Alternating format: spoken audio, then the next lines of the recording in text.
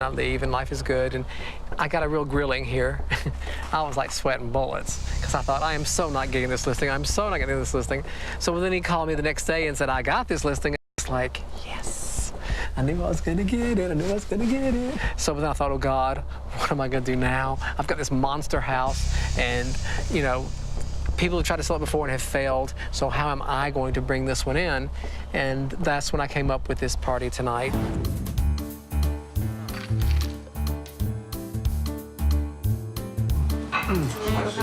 Tiny little light bulb cookie later. Oh, that's brilliant. A light bulb cookie. Success. It's a success. It's good to see you. Thank you. Welcome to Landmore.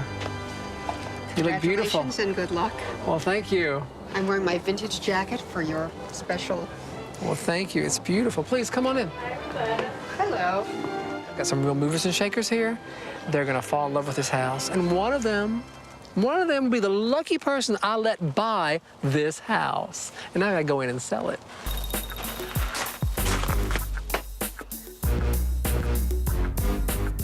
Although it may take a while for Sam to find a buyer for his unique listing, Roberta discovers that a price reduction can sway a buyer on the fence. The house was listed for $1.2 million. We decided to reduce it to $1.150, which was the original number that Susie and I had talked about. And as soon as we reduced it, that's when Kathleen and John decided it was a good number for them. Perfect place for you. They made an offer. It was accepted in about 3 seconds, and now we're doing our home inspection. You don't want to have any water damage. Since the last time we were here, we became engaged, and we're getting married in about 3 weeks. Susie's house appears to pass the inspection until the oil tank test.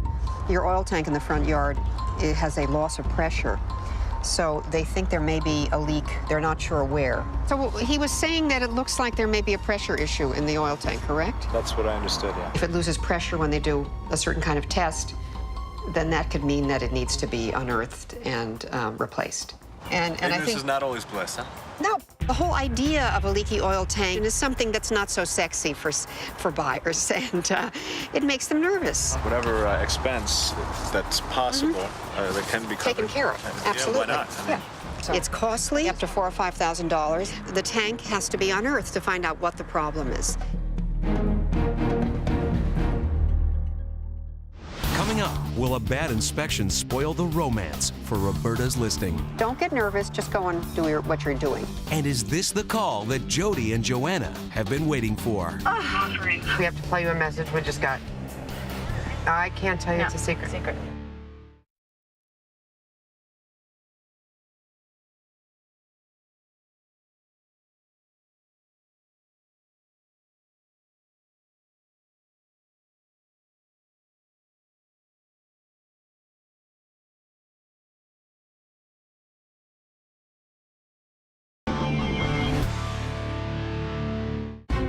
While the buyer John digests the news of the leaky oil tank, Roberta talks to the owner about how to keep the deal alive.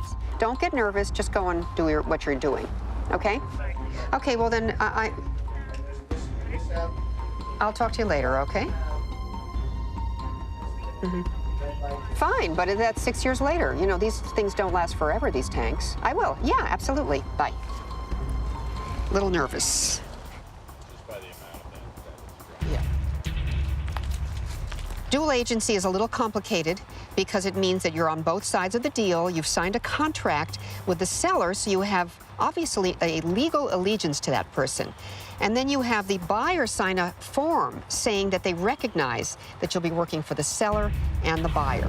Because Susie is the kind of person who you know, crosses every T, she has tank insurance. It has to be handled in a way that makes people feel like there's going to be an outcome that's positive. This is not going to be an issue where you have to worry about money or she has to worry about how to fund a possible cleanup. Okay, good. While driving back from another showing, Jodi and Joanna listen to a message with some exciting news. One of my clients had come by over the weekend to your open house, and they love the house, and they'd like to make an offer on it. We just got a call from another agent in West Orange that she is going to be writing an offer on Jodi and Joanna's house, and we're really, really excited about it. We have to play you a message we just got. I can't tell you, it's a secret. It's anticlimactic when it comes on the phone. We want to go see them and really have them listen to the message and be as excited as we are. Feeling pretty good.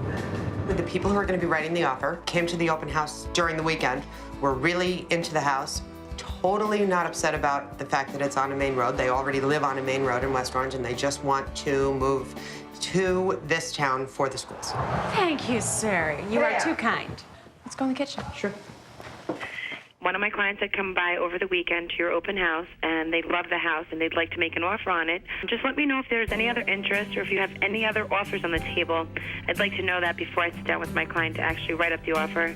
I look forward to hearing from you. Give me a call. Thanks. Bye. Dynamite. Yes. So what we're going to do, we'll call everybody else who has potential interest and let them know.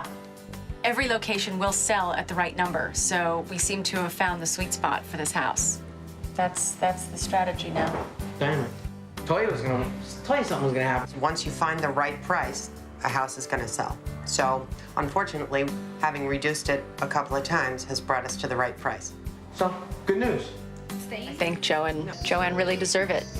It's been a long journey for them. It's time to close this out.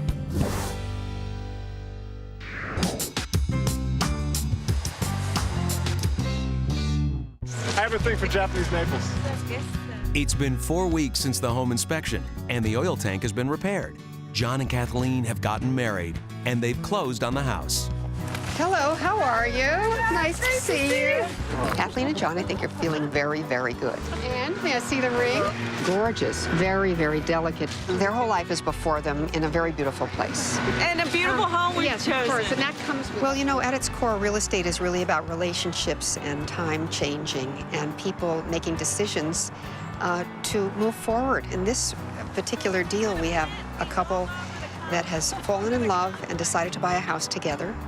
And we have somebody who bought a house with a spouse, and that didn't work out, and she kept the house, and she poured her heart into it, and now she's decided that it's time to move on. Luckily, my new apartment has a balcony. That was key, because I needed to have some space. But, you know, certainly not my slate patio and my hot tub and, you know, having, 30 people over for a barbecue. I mean, those days are over for the time being, but see what it's like.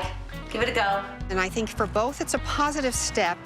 And I'm just really happy to have been part of helping them move to that next step. It's really a very lovely feeling to have as a realtor.